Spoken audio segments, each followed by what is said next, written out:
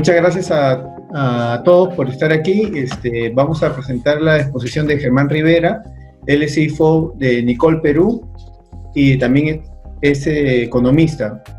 Él es experto en gestión de riesgo y escenarios difíciles. Vamos a escuchar una exposición sobre cómo se manejaría Perú, o cuál sería el rol del CFO en la crisis por el coronavirus.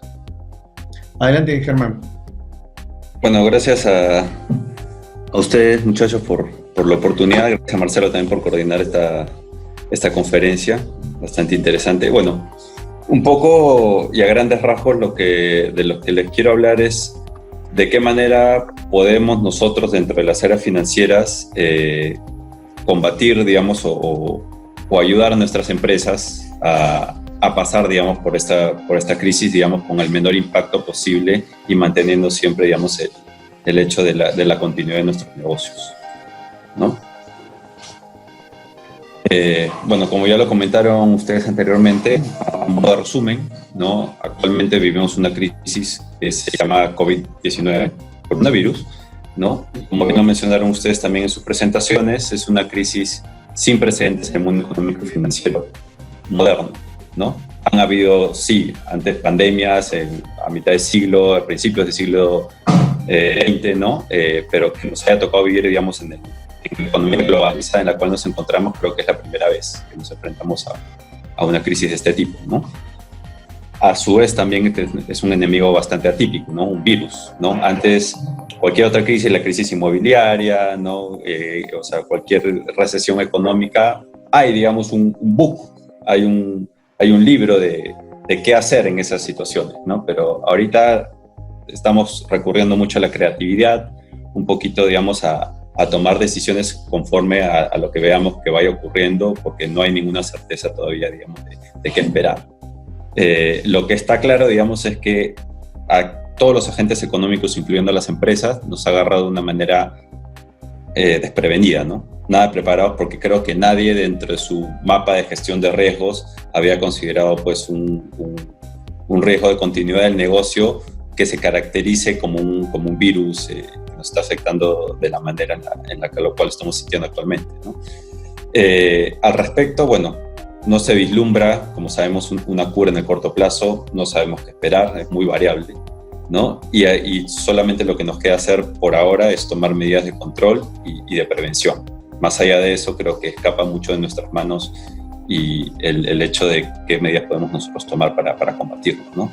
Y como mencionaba, ¿no? En este momento creo que tenemos más incertidumbres que certezas, ¿no? Lo cual nos deja también un escenario bastante complicado. ¿Qué consecuencias a nivel, digamos, empresarial o de gestión de empresas trae o observamos, digamos, o ya el impacto de este virus, ¿no? En principio, bueno, como lo hacemos acá particularmente en Perú, por el tema de la cuarentena y el estado de emergencia, empresas sin operaciones, o sea, de ningún tipo, ¿no? O sea, solamente estamos operando empresas que tengan que ver con sectores de primera necesidad, ¿no? Obviamente a todos estamos preparados o no, que gracias a Dios, mal que bien, tenemos a disposición la tecnología. Hemos tenido que a la fuerza, muchas empresas que no estaban preparadas incluso, y otras que sí, otras que no tanto, a trabajar de manera remota. Las pocas operaciones que podamos tener, sobre todo las empresas de servicios. Bueno, vemos y presenciamos una falta de liquidez a nivel global, como bien lo mencionó David en su comentario anterior y Jonathan también. Todos los gobiernos de todos los países del mundo están, digamos, implementando políticas macroeconómicas a nivel, digamos, de gasto fiscal, ¿no? O estímulos monetarios para poder combatir la falta de liquidez que hay en los mercados actualmente, ¿no? Esto obviamente genera pérdidas en inversiones también, todos los activos financieros, como bien lo mencionó David, desde commodities hasta renta variable, renta fija, todos han visto pérdidas sus cotizaciones por el tema de la incertidumbre y el hecho también del freno, digamos, a la economía global, ¿no? Esto obviamente ha traído un incremento del tipo de cambio, ¿no? Y una paralización generalizada de la cadena de pagos por el estancamiento de las operaciones. ¿no? Ahora, en todo este contexto macro que les acabo de mencionar, ¿qué es lo que podemos hacer nosotros dentro de nuestras empresas, ¿no? Para poder ayudar a nuestras compañías a pasar, digamos, el bache, ¿no? Lo primero, bueno, esto ya es un cliché, ¿no? Proteger el cash, ¿no? Creo que todos los que hemos estudiado finanzas o economía siempre hemos escuchado el tema de cash king, ¿no? Pero yo creo que particularmente ahora, más que un refugio, el cash viene a ser algo vital, ¿no? Más que king, yo creo que ahora es como el agua, ¿no? O sea, porque no solamente te permite estar por encima del resto o aprovechar oportunidades, sino te permite sobrevivir, ¿no? Entonces, porque ahorita, digamos, no estamos, como les digo, en una crisis en la cual han bajado tus ventas o en la cual has perdido eficiencia, no. Estamos en una crisis en la cual muchas empresas están totalmente frenadas, ¿no? Y eso la verdad es que no tiene precedentes, ¿no? Entonces, en función a este punto de proteger cash, ¿qué acciones concretas, ¿no?, podemos establecer, ¿no? Bueno, inmediatamente, por ejemplo, en mi caso particular, ¿no? Ni bien conocimos el tema del estado de emergencia y de la cuarentena, lo primero que se hizo fue detener inmediatamente toda la cadena de pagos de la compañía, ¿no? Y comunicarse con los clientes para tratar de cobrar la mayor cantidad de deudas. ¿Esto con qué fin? De, digamos, hacer un análisis, digamos, estático de en qué posición me encuentro actualmente, ¿no? Porque otra vez, esto nos agarró a todos desprevenidos. Entonces, era momento de tomar, era en ese momento tomar acciones en función a lo que sabíamos, ¿no? Y ante la incertidumbre, lo mejor es tomar todas las cautelas del caso, ¿no? Eso fue la primera acción, ¿no? Congelar a nivel de flujo de caja, o sea, congelar todos los pagos y tratar de jalar la mayor cantidad de ingresos, digamos, hasta que esto se generalice, ¿no? Lo segundo es, ya digamos, un apoyo con el área de tesorería, ¿no? Del flujo de caja que normalmente mantiene la compañía de los gastos, estimar qué pagos son necesarios, para el mantenimiento de la empresa, ¿no? Y, por ejemplo, ¿no? El tema de planillas, el tema de impuestos, el tema de alquileres, por ejemplo, de locales comerciales, servicios básicos, ¿no? Pero todos los pagos, digamos, que tengan que ver con el ciclo del negocio, el cual se ha frenado, automáticamente se congelaron, ¿no? Ahora, ¿para qué nos serviría, digamos, esta primera estimación de los gastos básicos necesarios para ver con el nivel de caja que tengo actualmente, después de haber detenido los pagos en general, ¿no? ¿Para cuánto tiempo tengo aire? ¿No? ¿Va a ser un mes? ¿Va a ser mes y medio? ¿Va a ser 2 meses? ¿Va a ser 3 meses? Okay. Hay muchas empresas que por política mantienen 15 días de caja, ¿no? Hay otras que mantienen 30 días, ¿no? En este caso, te va a servir un poco para ver qué tanto aire vas a poder tener y en función a lo que tú esperas en el escenario, digamos, más pesimista, si es que vas a necesitar algún fondo de emergencia, ¿no? Entonces, después de hacer esta evaluación, en mi caso particular, por ejemplo, nosotros vimos que teníamos aproximadamente 1 mes y medio de caja para atender los requerimientos urgentes, ¿no? Voltear a ver a los bancos y otra vez, o sea, no sabíamos qué esperar. Entonces, lo que uno seguía por intuición, por experiencia, ¿no? Lo primero que hice fue voltear al banco y decir, ok, yo no quiero tener 1 mes y medio de fondo de emergencia, sino quiero tener por lo menos 3 meses, ¿no? Entonces automáticamente volteé a los bancos, vi que tenía, digamos, líneas de crédito disponibles y, bueno, lo primero que hice fue pedir un crédito a 6 meses, ¿no? Adicional para cubrir un fondo de emergencia un poquito más amplio. En el mejor de los casos, no lo voy a usar y la crisis iba a pasar al mes y medio, devolvía prepagaba el crédito, pagaba los intereses, que al final es, digamos, un impuesto menor ante, digamos, la incertidumbre, ¿no? Y nada pasó, ¿no? Y en el peor de los casos, tenía ya el cash como para solventar un incremento, digamos, de esta crisis. ¿no? Que aparentemente es lo que se está dando, ¿no? Y aparte, que en ese momento tú no sabes si en el futuro el sistema financiero podría haber tenido problemas de liquidez, se cortaban los créditos, los bancos ya no querían, digamos, por un tema de cautela, liberar créditos, sobre todo a empresas o a sectores que sabían que estaban completamente detenidos. Entonces, ante estas incertidumbres, lo mejor, digamos, es ponerse en el peor escenario y asegurarse, ¿no? Y lo segundo es frenar todas las inversiones y todas las decisiones que puedan tener impacto negativo en la caja, ¿no? Y comunicar esto, obviamente, a través de todos los canales formales de la compañía y a los líderes, sobre todo de las principales áreas, ¿no? La segunda acción es el planeamiento financiero. Una vez que ya teníamos protegida, digamos, la caja y nos habíamos asegurado un buen nivel de liquidez para afrontar cualquier eventualidad que pueda pasar en los siguientes días, y esperando, digamos, un poco a cómo evolucionaba el tema, era, obviamente, ante la incertidumbre, hacer escenarios, ¿no? Como les comenté inicialmente, o sea, en este escenario en particular no sabemos qué esperar, ¿no? O sea, no han habido precedentes. Por tanto, lo que sí era conocido es que teníamos que saber a qué nos enfrentamos, ¿no? Y para saber a qué nos enfrentamos es mejor, o sea, y como ustedes saben, lo mejor es hacer escenarios, ¿no? Y estos escenarios tenían que ser también poniendo estimaciones o supuestos también sin precedentes, como lo era la crisis que estamos enfrentando, ¿no? Entonces, ya sabemos nosotros que, bueno, cuando hacemos proyecciones de escenarios tenemos usualmente optimista, un escenario promedio más esperado y un escenario pesimista, ¿no? Ahora, ¿qué tan pesimista nos ponemos, qué tan optimista nos ponemos?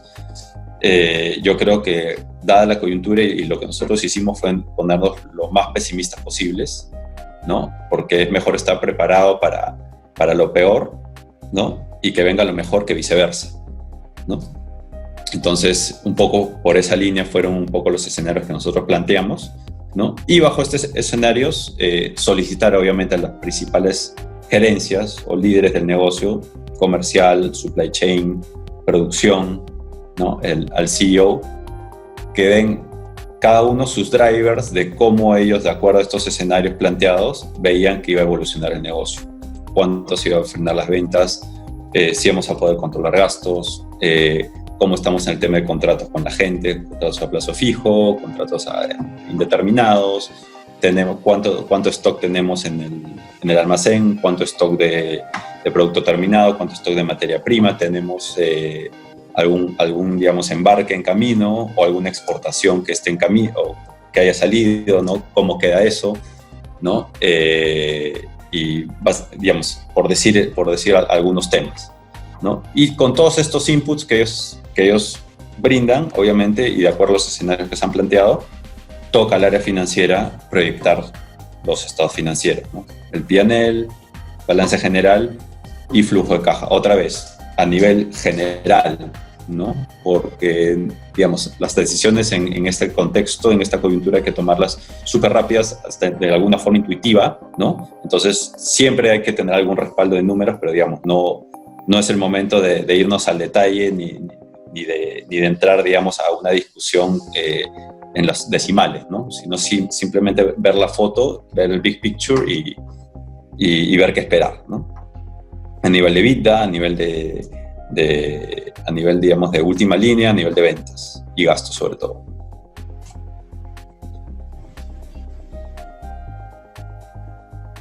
Bueno, acá me faltó el micrófono. Bueno, después de estos dos escenarios, el siguiente paso sería definir el plan de acción, ¿no? Una vez que tenemos nosotros y conocemos cada uno de los escenarios, cuál es el impacto que va a tener en la compañía, ¿no?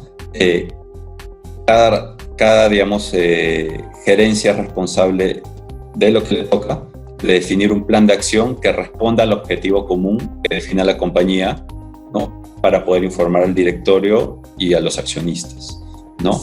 Porque si estamos en un escenario optimista, llamando optimista, por ejemplo, ¿no? Que como se dio inicialmente, que se llamó una cuarentena por 15 días, por ejemplo, en ese momento dijimos, ok, optimista puede ser que en estos 15 días se controle el nivel de contagios y la empresa pueda operar de manera normal a los 15 días. El escenario, digamos, más esperado era que se prorrogue en 15 días más, y el escenario pesimista era que no se opera en 2 meses, de ahí hay un rebrote, operamos 2 semanas, lo vuelven a cerrar. Bueno, ya uno se pone pues bien creativo al momento de hacer escenario, ¿no? Pero sí era bastante pesimista y tenía ahí pero podría ser probable. Sus idas y vueltas, sí. Entonces, dentro de este escenario, obviamente, hay medidas concretas que se van a hacer, unas a corto plazo, otras a mediano plazo, dependiendo del escenario en el que nos encontremos. Por ejemplo, si nos encontramos en el escenario optimista, digamos, el nivel de ajuste en gastos, o el nivel de ajuste en inversiones, o el nivel de ajuste en headcount, no va a ser tan fuerte como el que sí vamos a tener, por ejemplo, en el escenario pesimista, ¿no? Entonces, adecuar cada uno de esos planes de acción de cada una de las gerencias a cómo nosotros hemos definido que nos va a impactar cada uno de los escenarios a nivel de P&L, ¿no? Y de esa forma estar preparados ya con un plan de acción, ¿no? Definido al momento a implementar en cuando nosotros tengamos alguna certeza de qué escenario es el que se acomoda más a la realidad, ¿no? Ahora, como le decía, ¿no? Consolidar estos planes de acción dentro de los estados financieros, ¿no? Ajustar los gastos, ajustar las inversiones, ajustar digamos, las ventas, los márgenes, ¿no? Y con esto vamos a tener, obviamente, cómo vamos a terminar el año a nivel de vida, a nivel de utilidad neta, ¿no? A nivel de patrimonio, etcétera, etcétera, ¿no? Y hay que ir definiendo también el timing para su ejecución, ¿no? Y esto es algo dinámico, ¿no? O sea, por ejemplo, faltando 4 días, creo, 3 días para que se levante los primeros 15 días de cuarentena, salió el presidente a decir, ¿saben qué? Se extiende 15 días más. Entonces, por ejemplo, ahí ya sabíamos que el escenario optimista, borrado del escenario, porque ya el supuesto que tú habías considerado cambió.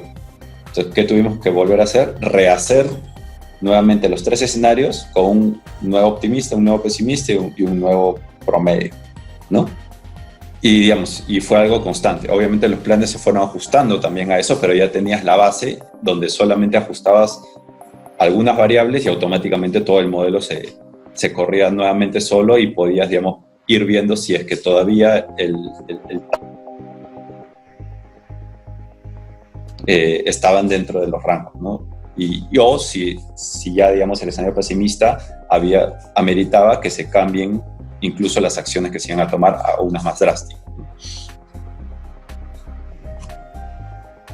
Ahora, específicamente definiendo el plan de acción, como les comentaba, cada una de las áreas es responsable de definir su plan de acción en particular para fin de consolidación, pero, digamos, este plan de acción también tiene que tener, digamos, su punto en el área de finanzas, ¿no? O sea, ¿qué es lo que puede hacer finanzas o qué plan de acción puede tener finanzas para aportar, digamos, en ese plan de acción general de la compañía en cada uno de los escenarios? Por ejemplo, ¿no? Dependiendo de cuáles sean los escenarios, otra vez, es negociar con los principales proveedores nuevas condiciones de pago y refinanciamientos.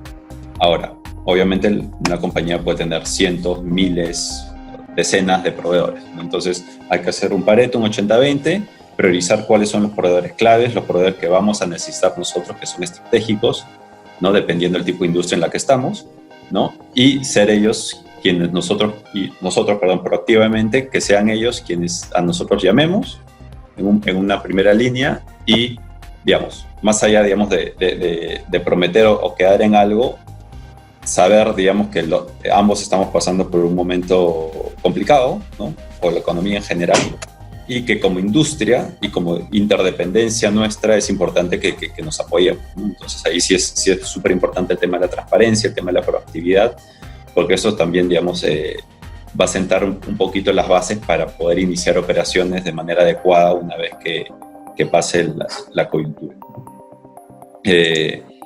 Lo otro es también, así como lo hacemos a nivel de proveedores, hacerlo a nivel de clientes, ¿no? Identificar cuáles son los clientes estratégicos, cuáles son los clientes, digamos, normales y cuáles son los malos clientes. Obviamente los clientes estratégicos es a los que nosotros vamos a darles prioridad a los que vamos a buscar, vamos a tratar de ver cómo están sus operaciones, qué es lo que ellos esperan, ¿no? Para en función a eso nosotros también establecer una estrategia para poder ayudarlos a ellos también a reiniciar negocios, porque al fin y al cabo nosotros dependemos de sus pedidos y de sus ventas y de sus negocios para reactivar también nuestra operativa, ¿no? Lo tercero, y que va un poquito, digamos, alineado a lo que expuso Jonathan, ¿no? Estar atentos y aprovechar y evaluar todos los beneficios a nivel financiero, tributario o de cualquier otra índole que pueda otorgar el gobierno, ¿no? Llámese, como mencionó Jonathan, ¿no? El aplazamiento de la presentación del pago de los impuestos, el tema, digamos, de las utilidades, el tema del subsidio para el 35% de los trabajadores, entre otros beneficios que también te puede ayudar un poco a aliviar el requerimiento y el estrés de caja que tienes actualmente, ¿no?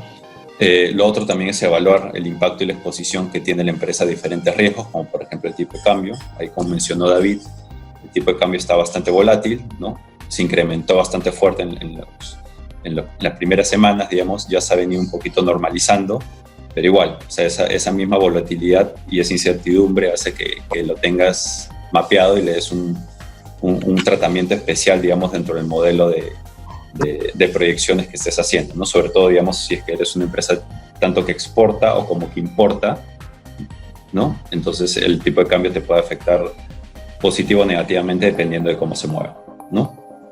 Y otro tema también que es súper importante es cómo está tu nivel de endeudamiento, ¿no? Obviamente, sin ventas o con pocas ventas, tu nivel de EBITDA, digamos, o tu nivel de deuda sobre patrimonio o tus ratios financieros, ¿no? De endeudamiento y de eficiencias se van a ver afectados, obviamente, ¿no? Entonces, es importante, digamos, de manera proactiva comunicarse con los acreedores, llámese empresas financieras, llámese fondos de inversión, llámese tenedores de bonos, dependiendo cuál sea el instrumento que tengas de deuda, ¿no? Y obviamente comunicar cómo está afectando esta crisis a la compañía, comunicar que vas a frenar operaciones, cuál es tu plan de acción, ¿no? Y de acuerdo a eso, ver, digamos, facilidades para reestructurar o refinanciar las deudas dependiendo de estas proyecciones que hayas hecho, ¿no?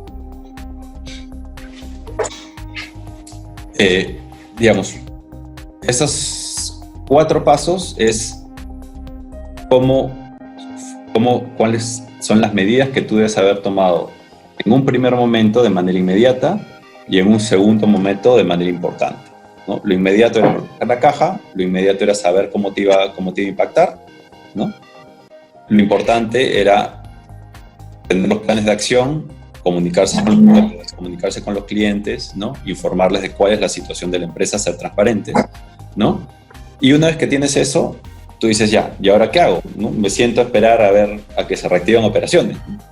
La empresa no está operando, ¿no? Porque ahora es un buen momento, ¿no? Para imaginar cómo hacer el regreso.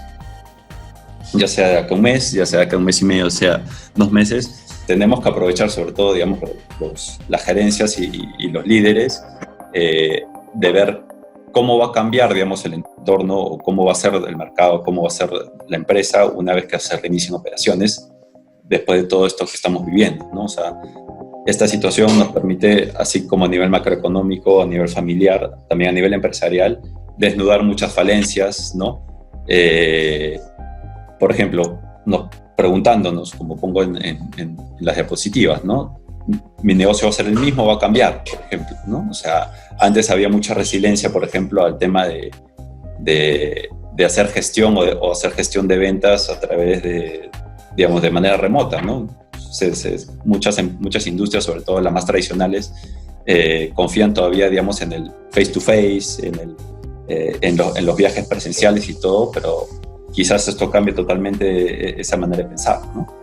Nos ha obligado un poquito o nos ha empujado a probar esas nuevas maneras de vender, ¿no? ¿Qué nuevas oportunidades de negocio hay, ¿no? O sea, de repente, si eres una empresa industrial, ¿no? De repente tu expertise o tus líneas de producción, que en un momento van a empezar, digamos, a tener capacidad instalada ociosa hasta que todo se reactive a niveles normales, quizás puedas en este contexto salir nuevas oportunidades de negocio que puedas aprovechar con los skills que tienes, ¿no? No necesariamente encasillarte en lo que has venido haciendo, ¿no? O sea, por ejemplo, el tema de salud va a estar, el tema de higiene, salud, ¿no? Todo el tema, digamos, de tecnología va a estar bastante, digamos, yo creo, va a crecer bastante, de manera bastante importante una vez que se reactive todo esto, ¿no? Y por ahí también pueden haber oportunidades interesantes, ¿no? Otra cosa es también qué podemos hacer mejor, qué hemos estado haciendo mal, ¿no? Porque precisamente en momentos de crisis es cuando uno se da cuenta de las cosas que no ha estado haciendo bien, ¿no? Y de qué manera las puede. Y tenemos tiempo ahora, digamos, en estos días, en estas semanas, para analizarlas, corregirlas, juntarnos con nuestro equipo, con las gerencias y ver también que incluirlas dentro de los planes de acción que vamos a tener, ¿no? Lo otro es identificar eficiencias, ¿no? Como parte del ejercicio de reducir costos, ¿no? Que es importantísimo también en esta coyuntura, ¿no? Al no tener ingresos o ver mermados los ingresos, es de qué manera reduzco costos, ¿no? Es decir, puedo ser más eficiente, podemos reducir costos, ¿no? Puedo hacer las cosas mejor, o ni siquiera puedo hacer las cosas mejor, puedo hacer las cosas de manera diferente, ¿no? También es un momento súper importante, por ejemplo, para implementar el Zero-Based Budget, ¿no? Que está muy alineado al bullet anterior de cómo hacer las cosas diferentes. Porque siempre estamos buscando ahorrar sobre lo mismo, ¿no? Es decir, usualmente cuando hace el presupuesto, tiende a ver cuánto gasté el año pasado, ok, entonces este año voy a gastar, ¿cuánto voy a crecer en ventas? 10%, ok, este año voy a gastar lo que gasté el año pasado más 3%, ¿no? Pero nunca te preguntas, oye, pero realmente como estoy haciendo las cosas o como tengo la estructura, ¿es la mejor? ¿No? Entonces, así como cambia la manera de hacer negocios, también cambia la manera en la que la estructura soporta estos negocios y sobre todo los principales, digamos, los principales áreas de soporte, ¿no? Hacen las cosas, ¿no? Ahora, otra pregunta también, ¿somos flexibles o no? ¿No? O sea, flexibilidad en el hecho, por ejemplo, en empresas, en industrias, por ejemplo, empresas de producción, es cuál es mi lote mínimo para el cual yo soy rentable, por ejemplo, ¿no? O sea, de repente mi maquinario, mi infraestructura es un elefante, ¿no? O sea, que yo no puedo flexibilizar mis operaciones de una forma u otra o digamos, a un nivel óptimo, digamos, de volumen de producción que me permita ser rentable, por ejemplo. O qué tan flexible soy para cambiar de un producto a otro, ¿no? También es importante preguntarnos eso, ¿no? Lo otro es también, si la organización es muy pesada, tengo demasiados costos fijos, entonces, ¿cómo puedo hacer para variabilizar estos costos de acá a un futuro, ¿no? Y esta crisis también nos va a permitir saber quiénes realmente son nuestros socios estratégicos. Llámese, porque usualmente nosotros decimos, ¿no?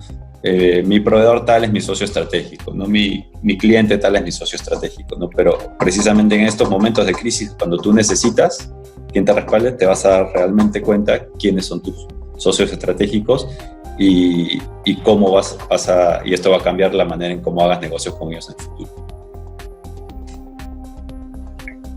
Y por último, digamos, ya una vez que nos imaginamos el futuro, ya tenemos todos los escenarios, una vez que ya tengamos certeza de cuándo va a terminar todo esto y en qué contexto, ¿no?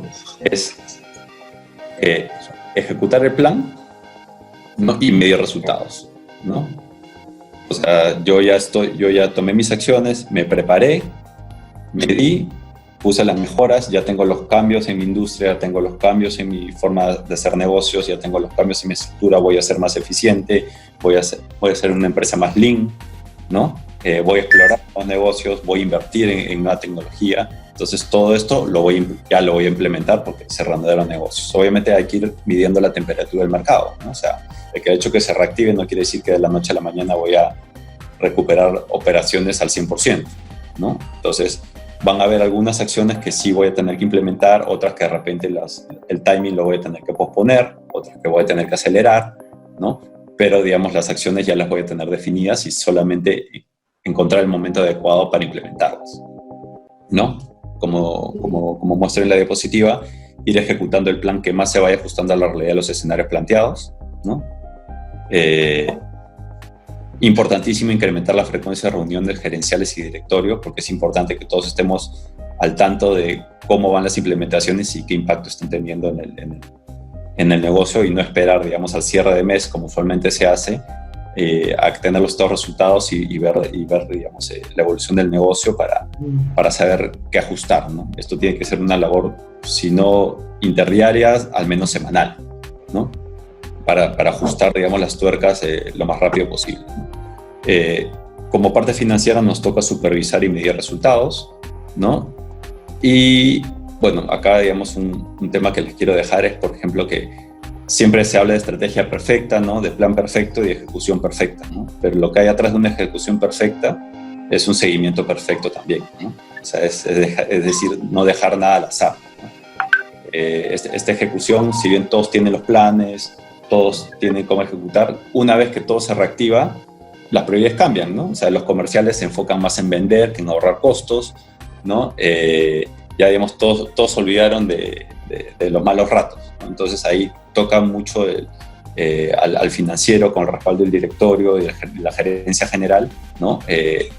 Ser, digamos, un poco los que nos encarguemos de controlar y de hacer, digamos, que todos los planes y que todas las acciones estén enmarcadas dentro de lo que se había definido, ¿no? Y una vez, obviamente, que se reactive el negocio, es administrar el cash de manera estratégica, ¿no? Y, sobre todo, cumplir todos los acuerdos que inicialmente se habían conversado en cada uno de los escenarios, con los clientes, con los proveedores, con el personal, con los bancos, etcétera, porque esto nos va a ayudar. Como les digo, es una buena oportunidad para identificar quiénes son nuestros proveedores estratégicos, y también es una buena oportunidad para demostrar qué tipo de empresarios somos, qué tipo de gerentes somos, y sobre todo qué tipo de personas somos.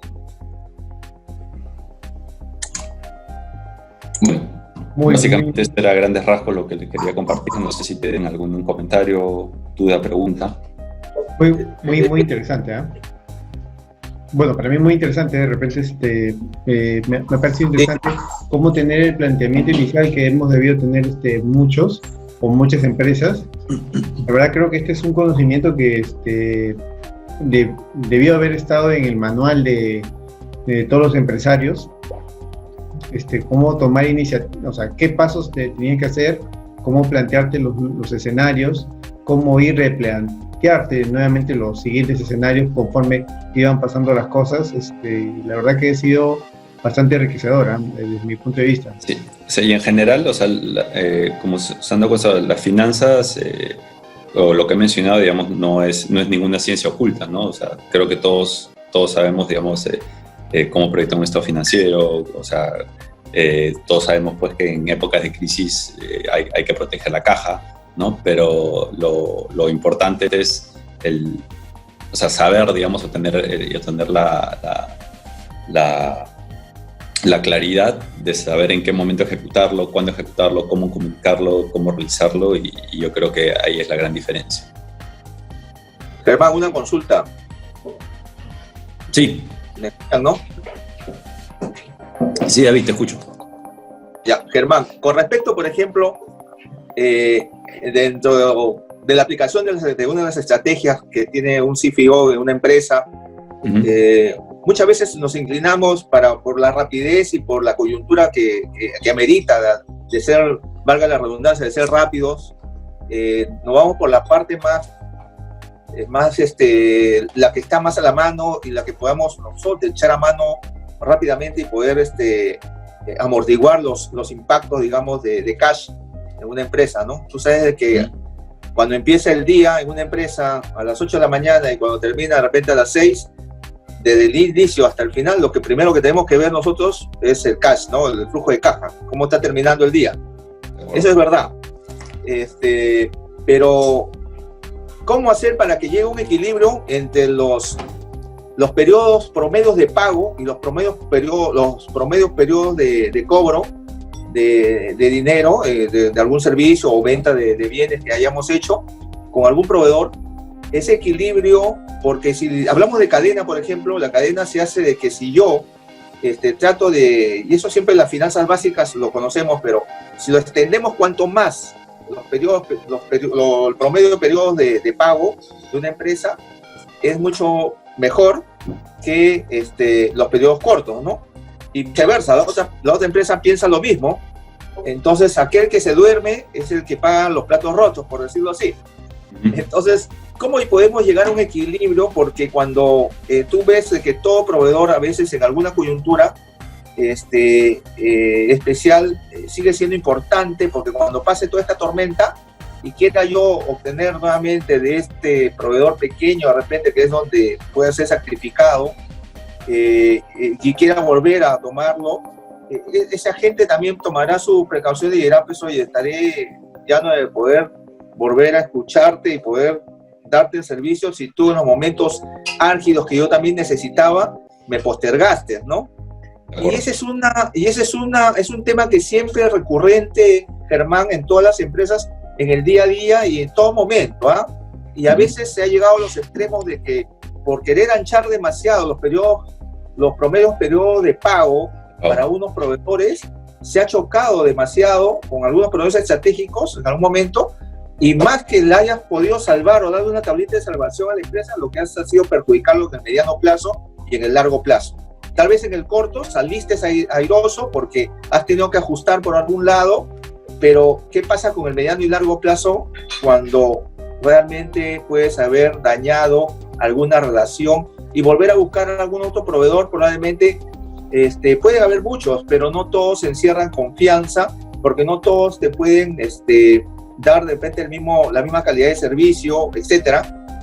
Como dice el dicho, mejor es algo conocido que algo por conocer. No sé qué opinión tengas. Mira, particularmente yo creo que lo que es el tema de negociación de plazos de pago en general, independientemente de cuál sea la coyuntura, efectivamente, para el nivel de flujo de caja, lo mejor y lo recomendable es que tu ciclo de conversión de efectivo sea lo más corto posible, ¿no? Es decir, que claro, de la vuelta lo más rápido posible, ¿no? Entonces, y sí, efectivamente, para hacer ese ejercicio y para llegar a ese objetivo, lo que tienes que hacer es ajustar al máximo tus días de cobro y, digamos, tratar de flexibilizar lo más que se pueda el tema de los pagos, ¿no? Ahora, acá yo creo que es un tema de estrategia también, ¿no? O sea, por ejemplo, hay muchos factores que juegan, ¿no? Por ejemplo, ¿qué tan dependiente eres tú de tu proveedor o tu proveedor de ti? O qué tan grande es tu proveedor, independientemente de que tú seas dependiente de él, qué tanta fuerza de negociación tiene él, ¿no? Qué espalda financiera tiene, ¿no? Obviamente, por ejemplo,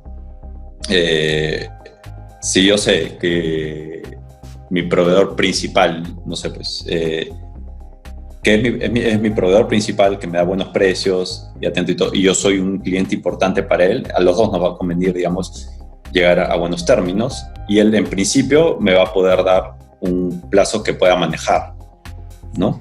Y por eso es importante también que yo conozca a mi proveedor y que mi proveedor me conozca a mí, para saber, digamos, hasta dónde puedes apretar el acelerador, ¿no?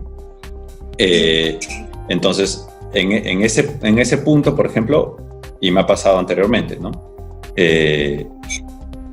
Yo he tenido, por ejemplo, proveedores, sobre todo del extranjero, cuando son importaciones, te mata el tema del lead time, ¿no? Sobre todo si son importaciones de China, de Estados Unidos, porque muchos de ellos te dan plazos de pago con fecha vele, ni siquiera con fecha, digamos, de llegada a puerto de destino, ¿no? Entonces, muchas veces en el recorrido que tiene la mercadería ya se te venció la factura, ¿no? Y no le pudiste dar vuelta, digamos, a la materia prima, digamos, en el peor de los casos, ¿no? Porque si fuera, digamos, producto terminado, al menos, pero si es materia prima, la tienes que transformar todavía, después dar crédito a tus clientes, ¿no? Entonces, ahí, digamos, sí entra un poco la razón, ¿no? O sea, oye, mira, por si acaso, o sea, en las negociaciones tú vas, mira, oye, el lead time son 90 días, ¿no? Los días de transformación de la materia prima en producto terminado son tantos, yo doy en promedio tanto a mis clientes, mira todo lo que yo me descapitalizo, ¿no? Y muchas veces el proveedor, si te considera estratégico, va a decir, oye, y sobre todo si tiene la espalda, ¿no? Te va a decir, si tienes razón, oye, mira, ¿sabes qué? Ok, dejémoslo en 120 días, por ejemplo, ¿no? O también lo otro que me ha pasado, ¿no? Y, por ejemplo, nosotros ya nos seguimos presionando porque sabemos que también el proveedor está haciendo su esfuerzo. Entonces, ¿qué nos ha pasado en otras veces? Por ejemplo, que no es una crisis generalizada, que puede ser que la empresa esté pasando por un mal momento y tú le digas al proveedor, oye, mira, ¿sabes qué? Estoy pasando por un mal momento, las ventas no están yendo como esperaba, por ejemplo, acá en Perú particularmente, y el proveedor es chino, ¿no? Y acá en Perú hay una recesión, ¿no? Por N temas, y, o sea, mis proyecciones de ventas no han sido las esperadas y me he quedado con demasiado stock, ¿no? No te voy a poder pagar la factura, ¿no? Y el proveedor muchas veces ha dicho, ok, ¿qué propones? Le digo, mira, ¿sabes que yo te pago en partes, de acá 45 días una, 90 días otra, 120 otra, y si tengo la plata antes, te la pago.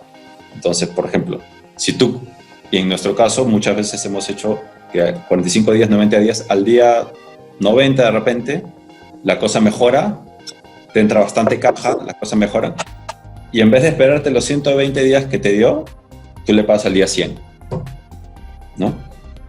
Entonces, por ejemplo, ahí vas generando relaciones de confianza y vas, digamos, mostrando qué tipo de negociador eres, ¿no? Así como hay el otro lado de la moneda. Hay el otro lado de la moneda que tú no vas a negociar con la razón, sino vas a negociar con la fuerza.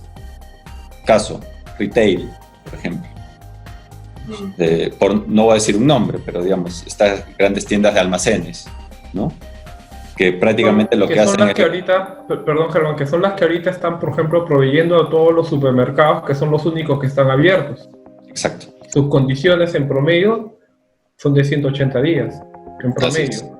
Así que yo supongo, pero eso no está escrito en ninguna parte, supongo de que ellos están siendo más flexibles con sus proveedores también. Porque ahora más que nunca son prácticamente el único negocio que está continuando. Claro. Pero eso no se ve. Sí. Ojalá, tienes toda la razón, ojalá sea así. Ahora, yo quería agregar algo también. Como diría la ministra, apela a la responsabilidad de los empresarios. Y apela a la buena fe, como se dice, ¿no? Pero eso está un poco complicado, ¿no? ¿Cómo será? O tal vez los mismos supermercados, también, por no dar nombre, le está diciendo, no te preocupes, yo te voy a dar una financiación y puedes descontar tus facturas, ¿no? Porque sabes que ellos tienen su propia financiera y con lo cual los ahorcas peor. Claro. Pero lo que yo iba a agregar es de que esto que está pasando con las empresas también está de alguna manera sincerando el gasto de cada empresa. Lo va a sincerar porque conozco muchas empresas de que en su tiempo de bonanza o tiempo de buena venta, pues hasta tienen departamento de departamento sobre departamento, o como el asistente del asistente para el asistente. Entonces al final, luego de esta crisis, lo que se va a determinar es el verdadero gasto de la empresa y viendo que con cuánto es lo necesita como mínimo para poder funcionar. O sea, en base a eso recién se va a ver el verdadero gasto de la empresa. Ahora, sin duda van a haber algunos proveedores, si va por ahí David, es que van a haber algunos proveedores que sin duda no van a poder seguir cobrando, no porque la empresa sea, digamos, abusiva o quiera tener algún tipo de comportamiento hostil con algunos proveedores. Pero, por ejemplo, en una empresa grande, importante, que invierte en programas de recursos humanos, donde tienen que venir capacitadores, tienen que venir las personas que hacen, discúlpenme la palabra, reír a los trabajadores para que no se estresen tanto, sin duda van a tener que prescindir de algunos tipos de servicios que ahorita no van a ser esenciales, ¿no? Y sin duda estos proveedores son pequeños, pero no es que yo, tal vez la empresa pueda pagarlo, pero voy a ver o concentrar todo mi efectivo, todo mi cash en actividades esenciales, en producción, en finanzas, etcétera. Y todo lo demás por ahora suspendido.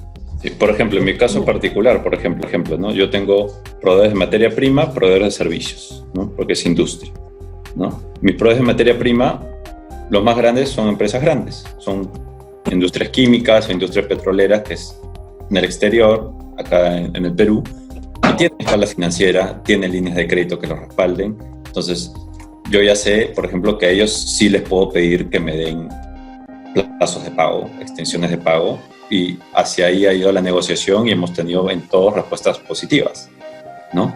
Sin embargo, por ejemplo, tengo un gran grupo de proveedores de servicios que los más fuertes son transportistas, por ejemplo, ¿no?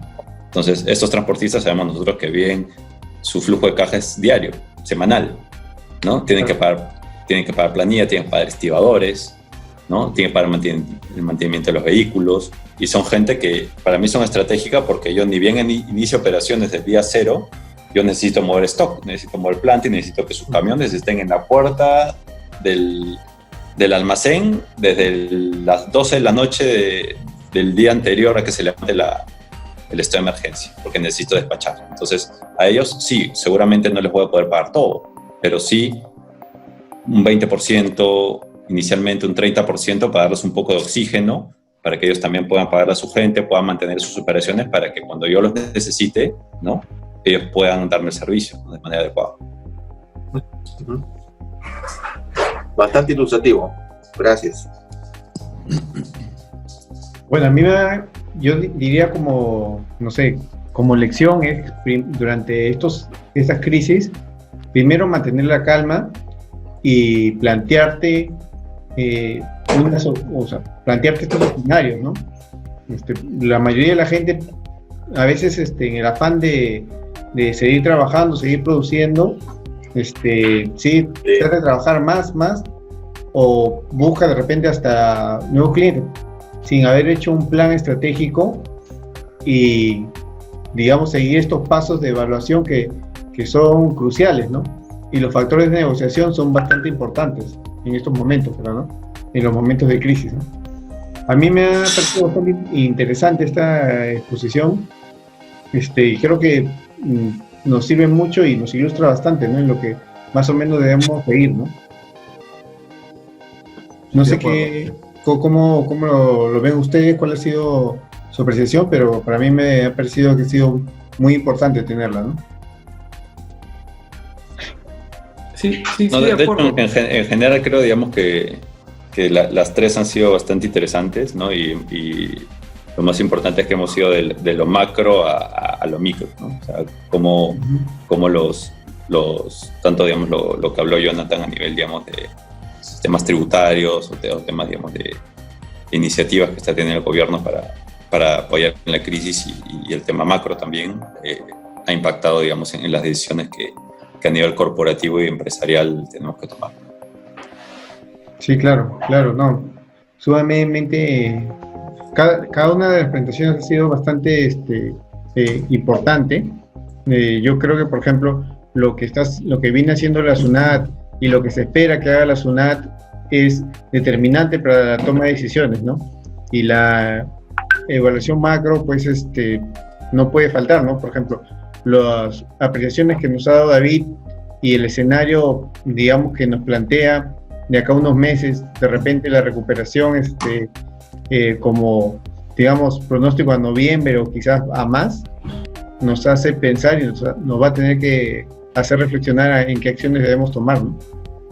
No, definitivamente, o sea, tanto, digamos, a nivel de empresas, a nivel gobierno, ¿no?, y a nivel de instituciones públicas, ¿no? Yo creo que, y bueno, y de personas también, ¿no? O sea, tenemos una gran responsabilidad en aprender lecciones de esto, ¿no? Y digamos, no regresar a lo mismo, ¿no? Sino en hacer, digamos, en hacer empresa diferente, en hacer política diferente y en hacer vida diferente, ¿no?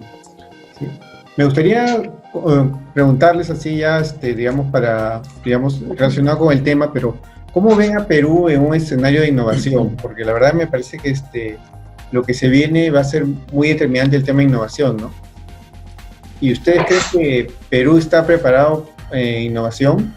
Yo creo que Perú particularmente no está preparado en innovación, es muy teórico, ¿no?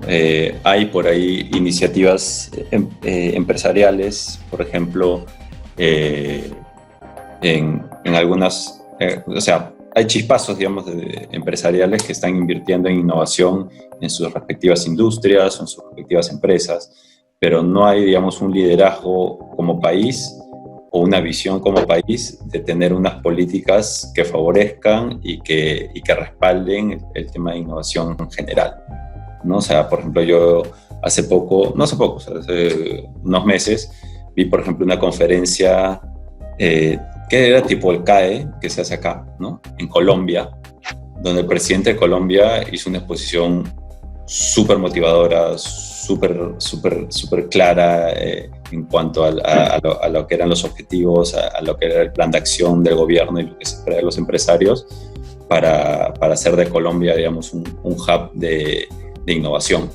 ¿no? Y la verdad es que yo creo que nos falta bastante de eso todavía acá, ¿no? Yo creo que estamos bastante lejos todavía, sin ser pesimista, ¿no?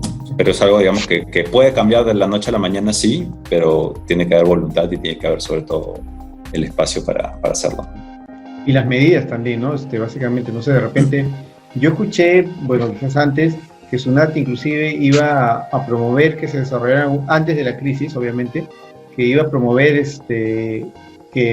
digamos, iniciativas empresariales, pero no sé si de repente dentro de este plan debería estar ahora el tema de innovación, ¿no? Sobre todo como yo pienso ahorita, se cerraron las fronteras, los demás países están cerrados también, Perú es un país de materia prima, ya es momento que empiece a cambiar su escenario, ¿no? Sí. Ahora, sin duda, en innovación, yo estoy de acuerdo también con Germán, que a Perú todavía le falta mucho por el tema de innovación. Más, Perú es un seguidor, o sea, se alinea con la innovación de países vecinos o reacciona a unos cambios en países vecinos, pero en general no es muy innovador. Pero esta crisis sin duda nos va a enseñar a que vamos a tener que ser innovadores. Por ejemplo, con el tema de que poder generar nuevas herramientas o nuevas innovaciones para el tema de los impuestos, o crear, por ejemplo, un sistema único para todas las empresas, un sistema, por ejemplo, de contabilidad, un sistema innovador. O sea, sin duda eso nos puede llevar a otro nivel que no tendríamos que pasar por lo que estamos ahora, ¿no? Pero para eso yo creo que todavía va a pasar algún tiempo, ¿no? Sin duda, con esto de la crisis lo podría acelerar un poco, pero eso dependiendo también de cómo reaccionan primero los factores económicos, ¿no? Recuerda que lo primero va a ser la economía, ¿no? A ver, amigos, yo tengo un diagnóstico, ¿no? Y una posible, digamos, ¿qué es lo que podemos mirar en los próximos 15 años o 20 años? Lo que debemos es empezar a hacer nuestra pretemporada, ¿no?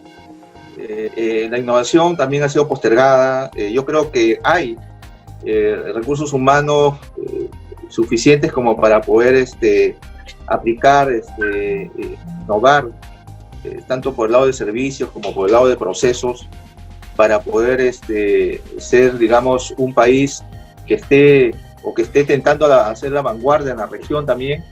Y creo que la coyuntura nos está haciendo ver de que a mediano plazo debemos despertar y podamos poner las primeras piedras sólidas, obviamente, de una innovación que pueda permanecer en el tiempo y pueda generar, digamos, un valor agregado para el país. Pero también esto está unido a dos variables. Recuerden que uno es cultural, por este lado del mundo, en nuestro país muy particular, y lo otro es de que siempre estamos a la expectativa de que si algún proyecto que se lance en el país sea, digamos, que me vaya a perjudicar o a mermar o me vaya a descubrir, a destapar alguna deficiencia o algunas cosas que no quisieran ser descubierto. Lo digo de esta manera porque las empresas corporativas, que muchas veces se portan como paquidermos, muy lentos en una reacción en el mercado, que es a veces dinámico, y siempre pues estamos a veces detrás de Chile, cuando nos comparan con Chile, por ejemplo, ¿no? Y entonces, ¿qué pasa? Que una es la mezcla cultural y la otra es estar siempre a la defensiva de que no me vayan al cuerpo. Si yo innovo esto o levanto esto a la rapidez que quisiera porque lo puedo hacer, oye, no, yo prefiero, y por mis intereses de grupo, prefiero manejarlo de esta manera. Yo creo que esa lectura, si bien es cierto, es empírica, no tengo una certeza, digamos, al 100%, pero sí percibo que puede haber sido así y es así a través del tiempo, ¿no? En el Perú, y vamos a estar siempre cada año o cada quinquenio que pase, decir, bueno, para el Perú le falta pues por el lado de la oferta, ¿no? Un recurso humano calificado, bienes de capital bien puestos, infraestructura ya resuelta, ¿no? Instituciones sólidas y transparentes y confiables, etcétera. Pero ¿cuándo se va a dar eso? ¿Cuándo vamos a empezar nuestra pretemporada? ¿No? O sea, un poco más de reflexión y de diagnóstico que lo que realmente, si es que podemos o no dar un paso de innovación en algún proceso o algunos servicios en el país, ¿no? Pero creo que sí, estamos a la altura de poder hacerlo. Debemos de dejar, digamos, los artificios que puedan creer sumar o tener cierto temor, de repente, o miedo también a lo desconocido en algún sector, y dejar eso para realmente dar el salto cualitativo, ¿no? En algún momento tenemos que hacer nuestra pretemporada, mis estimados amigos, ¿no? Sí, muy interesante. ¿Algo adicional que quieran agregar? ¿Alguna consulta adicional que tengan en mente? No, creo que la exposición ha estado bastante clara. Me ha gustado mucho lo que han compartido tanto Germán como David. La verdad creo que va a ser bastante útil y relevante, ¿no? Sí, no, ahorita, digamos, mencionar o ir un poco más allá de lo que ya hemos tocado, yo creo que es ya un poquito adivinar, ¿no? O sea, solamente estar tranquilos, ¿no? Estar en contacto, digamos, con nuestra gente, con el equipo, digamos, a nivel de empresas y todo, ¿no? Siempre preocupados por su salud, ¿no? Y sobre todo mantener la comunicación, ¿no? Que es esencial, ¿no? O sea, porque yo creo que cuando hay más incertidumbre es cuando se necesita más comunicación,